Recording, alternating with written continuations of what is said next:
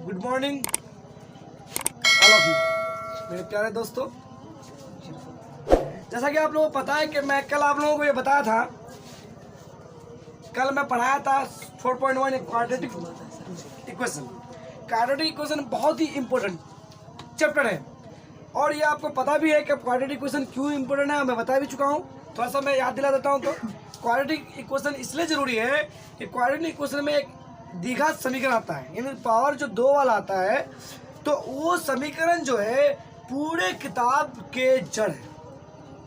आप चाहे एपी में चले जाइए या फिर आप अर्थमेटिक प्रोग्रेशन में जाइए या फिर त्रिकोणमिति में जाइए, हाइट एंड डिस्टेंस में जाइए, समीकरण में जाइए, कहीं भी जाइए, किसी चैप्टर में चले जाइए, चाहे आप क्षेत्रफल में चले जाइए, वहाँ पर भी आपके पास ये द्विघात समीकरण का रूप आएगा, चेहरा आएगा। तो अगर आप इस चैप्टर को बना लेते हैं तो आपके अंदर क्या होगा, एक क्लैरिटी आ जाएगी जिसके बने पर आप हर क्वेश्चन को आसानी से सॉल्व कर सकते हैं। ठीक है, तो चलते हैं हम अगला क्वेश्चन लेकर के 4.2 का। बोल रहा है कि गुणनगण विधि से निम्न द्विघात समीकरण के मूल ज्ञात कीजिए। मूल का मतलब क्या होता है?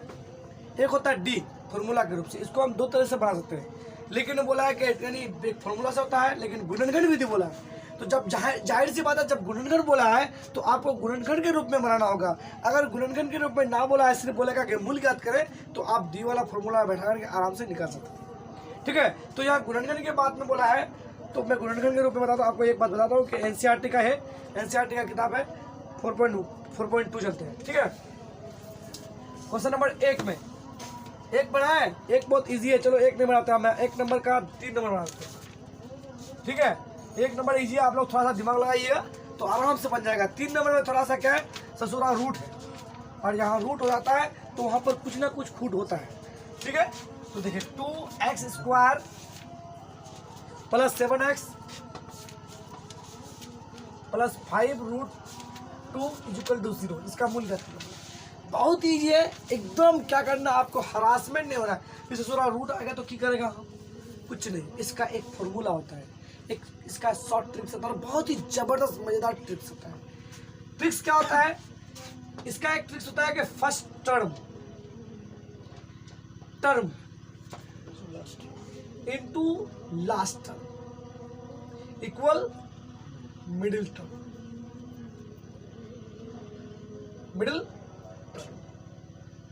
First term into last term equal middle term.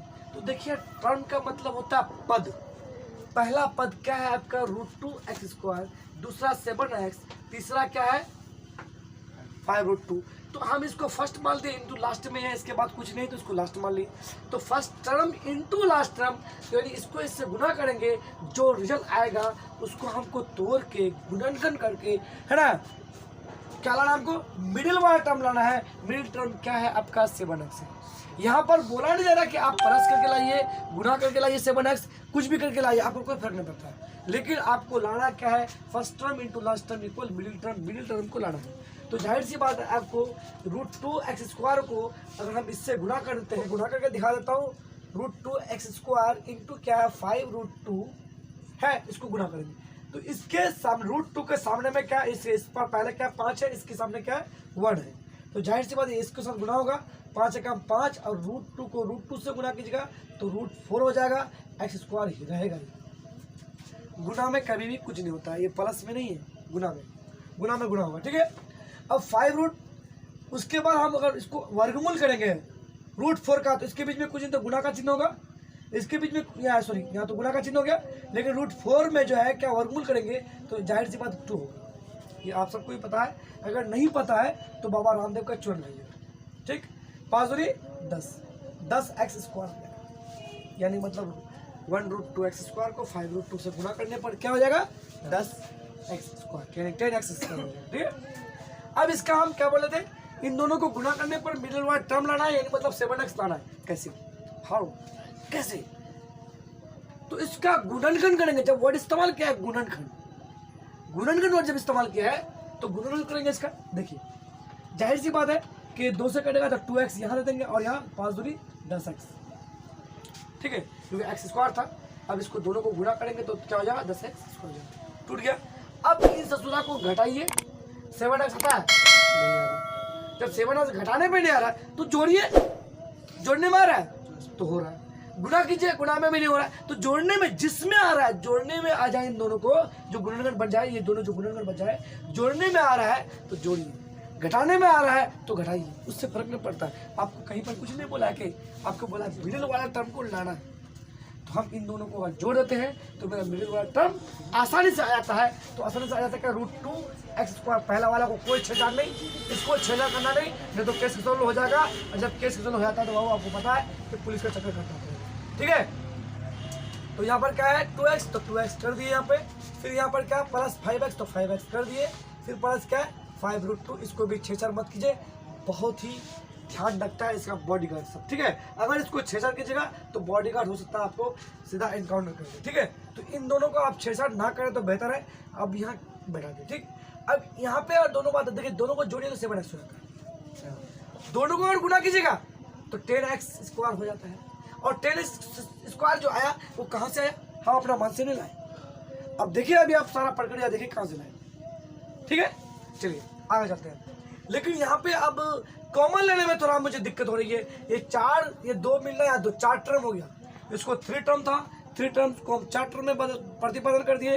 अब 3 टर्म इस दोनों में कॉमन लेने में आपको दिक्कत हो रहा है तो आपको ऐसा मत कीजिए, सीधा आप क्या कीजिए, बच्चा वाला दिमाग इस्तेमाल कीजिए। √2 को आप क्या लिख सकते हैं, √2 लिख सकते हैं, √2x × x। √2x × x, x² को तोड़ दिए, कर सकते हैं ना। चलिए कर सकते हैं तो आपको अच्छी बात है, माशाल्लाह समझ गया। फिर प्लस बीच में दे दी। अब √2x, सॉरी रूट तो नहीं, यहाँ पर 2x है, 2x को आप इतना लिख सकते हैं, देखिए तो √2x × √2, क्या लिख सकते हैं इतना? नहीं लिख सकते हैं। देखिए लिख सकते हैं कैसे, अभी आपने यहाँ पर पढ़ा क्या, √4 = 2 हुआ वर्गमूल के रूप में, तो √2 × √2 बराबर क्या होगा, √4 हो गया। तो यानी मतलब फिर √4 का 2 हो गया, तो √2 का √2 को गुणा करके हम करेंगे तो यहाँ पर 2x है तो हम इसको कर सकते हैं, कर सकते कि नहीं कर सकते? यहाँ ऐसे नहीं समझ में आ रही है बाबू। तो √2 को गुणा करेंगे √2 से तो बराबर 2 होगा, तो हम 2 को √2 × √2 कर सकते हैं। तो यहाँ x है तो x² लगा दिए, इसमें कोई दिक्कत नहीं है। तो हम 2x को √2x × √2 कर सकते हैं। उसी तरह इसको छेड़छाड़ मत कीजिए, इसमें सिर्फ क्या कर दीजिए आप 5 × x कर दीजिए। फिर यहाँ पर क्या कीजिए 5 × √2। क्या समझ में आया बात? ठीक है, कितना समझ में आई? 5 × x यानी 5 को तोड़ दिए 5 × x, और प्लस था 5 × √2। सॉरी यहाँ √2 कर देते हैं, यहाँ पर भी तोड़ना पड़ेगा, जब तोड़े हर जगह तो √2 कर देते हैं। आई समझ में? इतना तो क्लियर आई गया।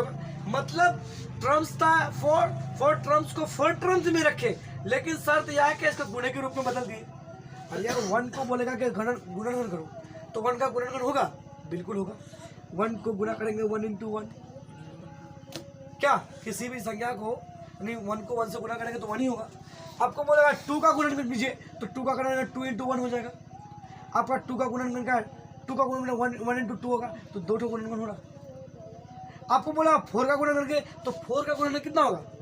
जाहिर सी बात है 4 का गुणनखंड 2 × 2 हो जाएगा, एक तो 4 × 1 हो जाएगा, एक तो 1 × 4 हो जाएगा। क्या होगा कि नहीं? तो उसी तरह गुणनखंड का मतलब मैं हर तरफ से गुणनखंड करके दिखा रहा हूँ, ये क्लियर के साथ, ताकि ज़्यादा आपको आसानी से समझ में आए। ठीक है, और हमारी जहाँ तक ये सोच रहती है, थिंक रहती है, आई आपके मतलब जैसे आपको समझ में आए, मेरी कोशिश रहती है कि आपको समझ में आनी चाहिए। ठीक है, तो देखिए अब यहाँ पे कॉमन लेने में आपको आसानी हो जाएगा। कॉमन का मतलब होता है जोड़ा, तो जहाँ पर देखिए कि जो जोड़ा मिल जाता है उसको उठा के इधर पटक दीजिए। देखिए यहाँ पर आँख बंद करके देखिएगा तो भाई √2x यहाँ दिखाई पड़ेगा, और यहाँ आँख खोल के भी देखिएगा तो भी दिखाई पड़ेगा। तो दोनों जो है एक जैसा लग रहा है, उसको एक तो बाहर निकाल दिए, तो क्या है √2x बाहर निकल गया। फिर जो बचा उसको लिख दीजिए। ठीक हो गया, क्लियर? उसके बाद यहाँ प्लस से प्लस कर दिए। यहाँ पर देखिए कहीं पर लग रहा है कि दोनों एक जैसा लग रहा है, ये 5 ससुरा है वो लग रहा है, तो 5 को बाहर निकालिए, बचा जो उसको लिख दीजिए। दोनों में कॉमन के में दोनों में जो सेम रहेगा एक को बाहर निकालना। ठीक, निकल गया। बचा इतना और इतना, दोनों चचा और भतीजा सेम है, तो चचा को उतार लीजिए, भतीजा कोई काम का नहीं है, और जो बाकी यहाँ पर ये बचा है उसको भी उतार लीजिए। 5 बराबर 0 दे दिए। 0 देना आप भूल गए तो आप लोग यहाँ दे दीजिएगा, ठीक है। अब यहाँ मूल निकालने बोला है, तो ये जो है इसके साथ भी 0 है, इसके साथ भी 0 है, ठीक है। तो x plus root 2 is equal to 0, root 2 x plus 5 is equal to 0। तो x plus root 2 is equal to, sorry x को बाहर निकालेंगे, 0 माइनस का रूट 2, एक्स बराबर क्या होगा माइनस रूट 2। इसका क्या हो जाएगा, x को बाहर निकालिएगा, रूट 2x को, रूट 2x को बाहर निकालिएगा तो क्या होगा 0 माइनस 5, एक्स बराबर क्या हो जाएगा माइनस 5 बटा रूट 2। ये हो जाएगा आपका, ये मूल्य हो गया, ये मूल्य हो गया और एक ये हो गया, ठीक है। ये बहुत ही आसान था, कोई बड़ी बात नहीं थी, लेकिन मैं ज़्यादा एक्सप्लेनेशन कर दिया, हालांकि 3 टर्म्स में ही माइक्रो बन जाएगा, कोई दिक्कत नहीं था, ठीक है। बहुत ही आसान था। बाकी जितने भी क्वेश्चन है सारा इसी तरह बनेगा। इसको एक बार अगर छापना है तो छाप लीजिए, स्क्रीनशॉट लेकर के आराम से हो जाएगा, कोई दिक्कत नहीं। चलिए अगला क्वेश्चन बोल क्या रहा है क्वेश्चन, उदाहरण में दी गई, क्या बोला है, उदाहरण में दी गई बोला है, ठीक है। उदाहरण में दी गई समस्या, उदाहरण 1 में, अच्छा, उदाहरण 1 में एक समस्या दिया है, उस समस्या को आपको सोल्यूशन करना है, ठीक है। उदाहरण 1 में एक समस्या दिया हुआ है, वो समस्या क्या है पढ़ लेते हैं पहले। उदाहरण 1 में क्या बोल रहा है कि हाँ, जॉन और जीवंती दोनों के पास, आपके पास अगर एनसीईआरटी बुक हो तो 75 पेज नंबर 75 निकालेंगे, उदाहरण 1 में देख लेंगे क्वेश्चन को। क्या बोला, जॉन और जीवंती दोनों के पास कुल मिलाकर 45 कंचे हैं, दोनों 5-5 कंचे खो देते हैं, और जब उनके पास कंचों की संख्या का गुणनफल 124 है, और हम जानना चाहेंगे कि आरंभ में उनके पास कितने कंचे थे। तो इसका एग्जाम्पल दिया हुआ है, आप बना सकते हो, लेकिन एग्जाम्पल में कुछ अलग दिया हुआ है, मैं थोड़ा आपको हट के बताता हूँ ये कौन चीज़ है। ये चले जाता हूँ क्वेश्चन चैप्टर नंबर 3 में, चैप्टर नंबर 3 की तरह बनाएंगे इसको, थोड़ा सा कुछ हटके एग्जाम्पल में आपको जिस तरह थे आप उसको भी समझ लीजिएगा। बाकी मेरा तो मेथड आपको अच्छा लगा तो वो भी समझ जाएगा, जो आपको बेटर लगे। अरे ज्ञान कहीं भी मिलने हुआ ले लो, लपेट लो, मैट्रिक में पढ़ रहा हो ना, क्या फर्क पड़ता है, 9th में मिला, ज्ञान मिलना चाहिए, ज्ञान जहाँ मिल रहा है लपेट लो, हाँ, लेकिन जहाँ डांस हो रहा है ज्ञान नहीं मिलेगा, ठीक है, समझ गए ना। एग्जाम्पल आपको बोल रहा है 1, ठीक, पेज नंबर 79, ठीक है। जॉन और जीवंती दोनों के पास कुल मिलाकर 45 कंचे, कंचा का मतलब समझते हो रे बाबा साहब, नहीं समझते हो, अरे गुल्ली रे, भित्ता खेल लेते जो कभी गैया खेल लेते तो गांव का बच्चा सब, तो हम लोग का सुजापुरी लैंग्वेज में था वो, ठीक है, वो भित्ता गुल्ली वो सब कंचा होता है। या फिर आप ऐसे समझ नहीं पा रहे हैं तो गुलेल में जो गुल्ली लेकर के कोई परिंदे को, पक्षी को जो मारा जाता है उसी को बोलते हैं कंचा, ठीक है। लेकिन बचपन में हम लोग खूब खेले, ठीक। तो 2 नाउन है, जॉन और जीवंती दोनों के पास 45 कंचे हैं, तो जाहिर सी बात है पहला एक ले लीजिए, माना कि जॉन के पास कंचों की संख्या कितना, 500 ले लेते हैं,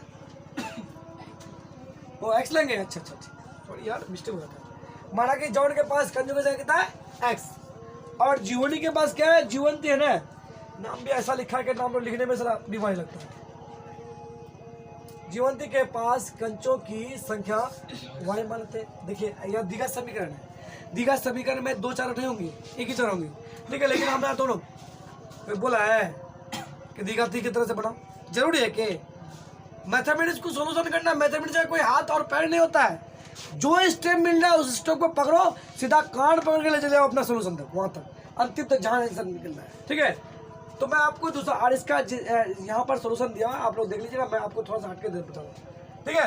तो माना कि जॉन के पास कंचों की संख्या x और जीवंती के पास कंचों की संख्या क्या है, y है, बोल रहा है कुल मिलाकर, है ना, दोनों के पास ले देते हैं, दोनों के पास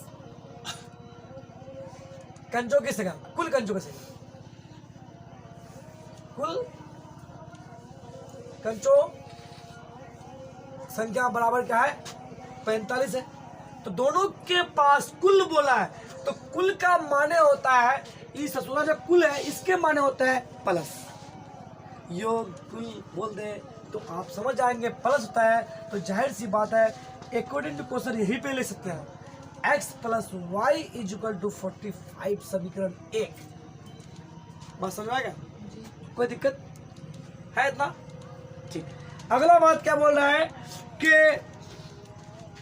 देते हैं दोनों 5-5, दोनों का मतलब जॉन भी और जीवंती भी दोनों बोला है, तो दोनों 5-5 कंचे खो देते हैं। कितने? 5-5। तो लिखो जॉन द्वारा 5 कंचे खोने से कंचों की संख्या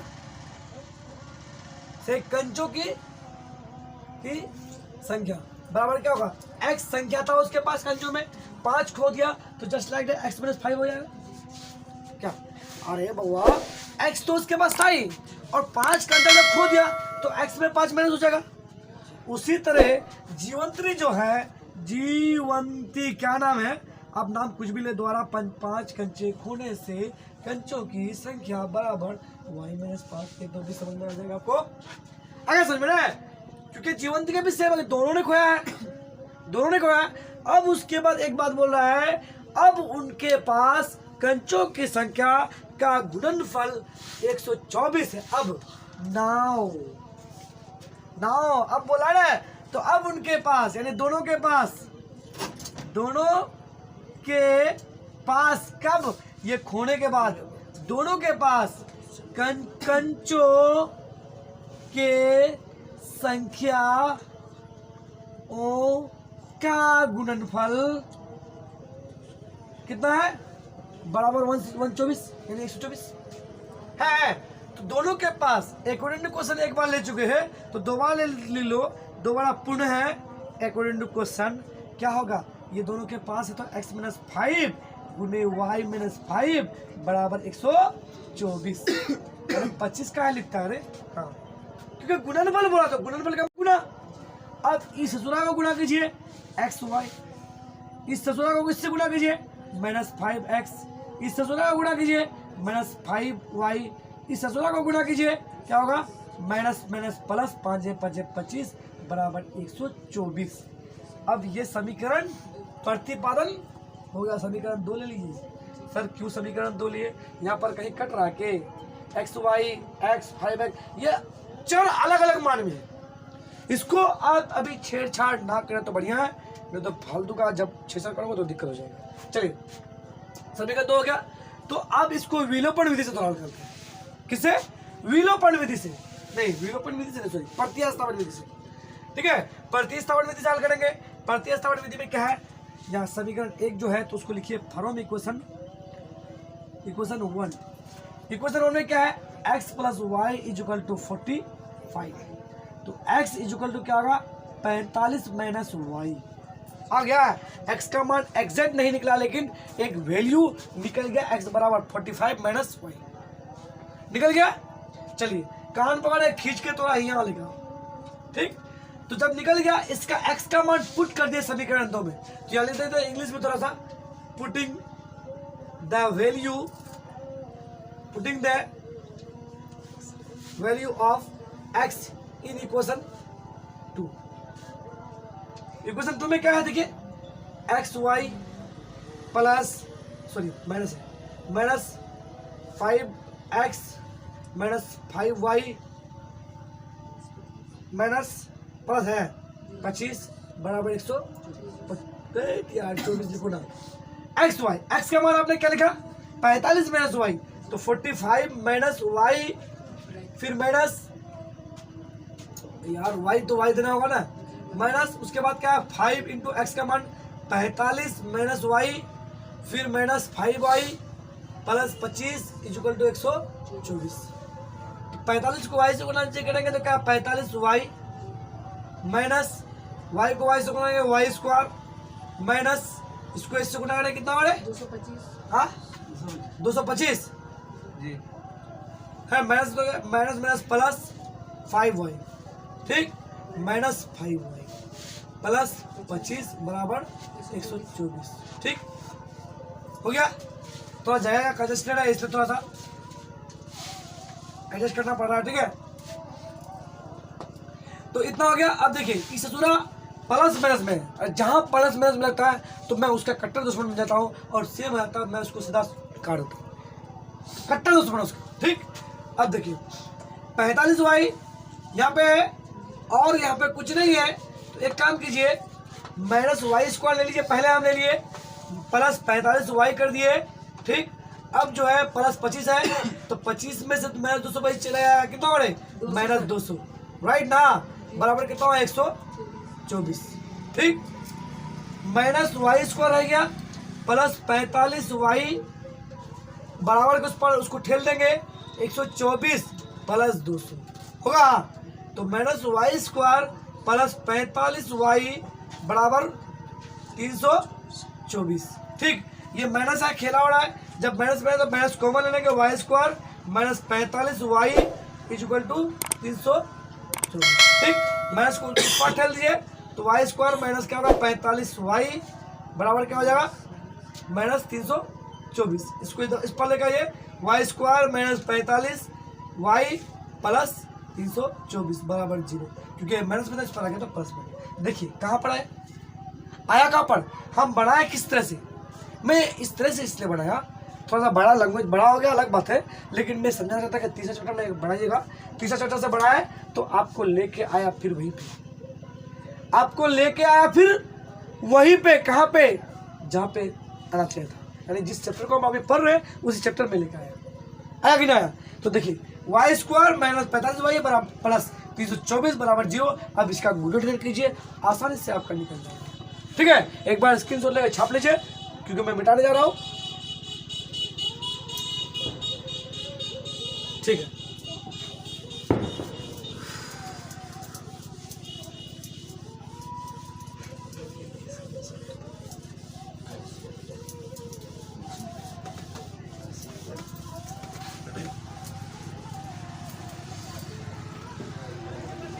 हाँ, तो अब इसे क्या करना है, तोड़ना है,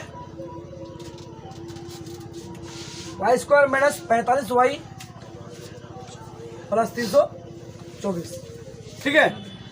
पानी पी लेते हैं, 45y प्लस 324, ठीक है।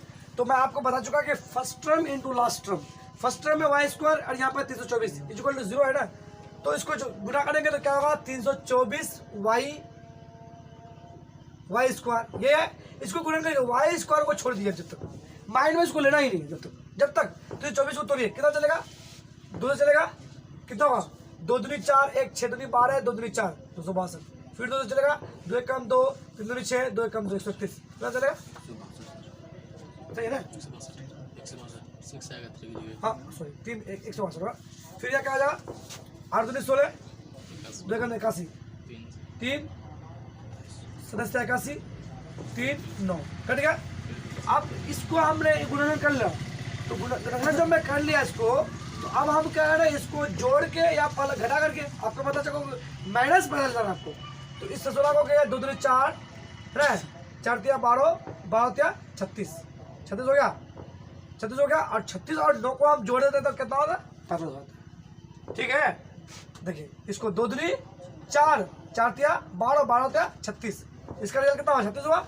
अब ये 9, तो 36 और 9 प्लस करेंगे तो कितना होगा 45 हो जाएगा, ठीक है। मैं आपको बोला प्लस, लेकिन आपको माइनस पता चल रहा है, तो माइनस 36 और माइनस 9 करेंगे तो हो जाएगा। अब यहाँ 36 एक्स में डाल दिए, यहाँ पर आप एक्स डाल दीजिए, दोनों में हो गया, गुना करेंगे 36 को 9 से गुना करेंगे तो 324 हो जाएगा, तो गुना समझ में आएगा यहाँ आपको। चलिए बिना देते इसको क्या लिखना है, वाई स्क्वायर तो पहला वाला 6 नहीं करेंगे, माइनस 9y आप पहले भी लिख सकते हो बाद में लिख सकते हो, कोई दिक्कत नहीं, माइनस 36y, ठीक, प्लस 324, इसको भी मत छोड़िए नहीं तो मार खाइएगा फिर आप, ठीक है। इन दोनों में फिर इनको भी तोड़िए, इनको भी तोड़िए, फिर इनको तोड़िए, इनको तोड़िए, जिस तरह मैं बताया आपको, तो आप लोग तोड़ लीजिएगा अनुसार। मैं डायरेक्ट कॉमन लेता हूँ, यहाँ पे y है, यहाँ पर भी y कॉमन आ जाएगा, तो बचेगा क्या y माइनस यहाँ पर है तो माइनस दे दिए, 36 और 24 में क्या कॉमन आएगा 36 आएगा, ठीक है। यहाँ बचा y और यहाँ पर बचा माइनस में माइनस ही आएगा, यहाँ पे 9 बराबर। तो क्या थे हम लोग आसान के वजह थोड़ा सा ये हुए, देखिए यहाँ पे y और यहाँ पे y, तो y कॉमन ले ले, बचा y, यहाँ पे 2 y था, y इंटू y कर सकते थे, इसको आप लोग कर लीजिएगा, ठीक है। 9 कॉमन ले लिए, 36 यहाँ पे कॉमन ले लिए, बाकी जो बचा उसको रिजल्ट दे दिए, ठीक है। यहाँ डायरेक्ट कर दिया आप लोगों को, लेकिन पहला तो मैं एक्सप्लेन कर दिए, ठीक है। चलिए देखिए, अब जब ये इन दोनों से थोड़ा सेम लग रहा है, आपको क्या कर लीजिए, y माइनस 9 एक में उतार लीजिए, बाकी जो बचा y माइनस 36 बराबर 0 दे दीजिए। तो दोनों के लिए 0 क्या है, मान ये है, तो y minus 36 is equal to 0, तो y is equal to 0 plus 9, तो y बराबर 9 और y बराबर डायरेक्ट कर दो 36। ठीक है, इसके बाद देखिए इस y के पास 9 36 एग्जैक्ट वैल्यू की बातें हैं, तो आप बराबर ले लीजिए 36 रुपया। ठीक है, या 9 बजा के दोनों मान धनात्मक है, तो आप किसी एक मान को छोड़ना ही पड़ेगा। दोनों मान धनात्मक में है तो एक मान को आपको छोड़ना पड़ेगा, चाहे आप 36 लेकर चलिए या 9 लेकर चलिए, बात वही है। ठीक है, तो y का मान आ गया, तो y का मान समीकरण 1 में रख लीजिए। ठीक है, पुट करिए समीकरण 1 में, यहाँ लिख दीजिए putting the value of equation 1 direct अब लिख दीजिए। ठीक है, यार छोड़िए मैं लिख देता हूँ, आप लोग कहिएगा सर फिर ज़्यादा इंग्लिश पढ़ लिया। Putting the value of y in equation 1। ठीक है, इक्वेशन 1 में क्या था, x plus y is equal to कितना 45। x का मान तो नहीं है, x प्लस वाई का मान मान लेते हैं 9 लेते हैं, 36 लेकर बना सकते हैं, तो बराबर क्या आएगा 45। तो x बराबर क्या हो गया 45 माइनस 9, x बराबर हो गया 36। ये समझ लीजिए ना आप, x और y का मान निकले यहीं पे। ठीक है,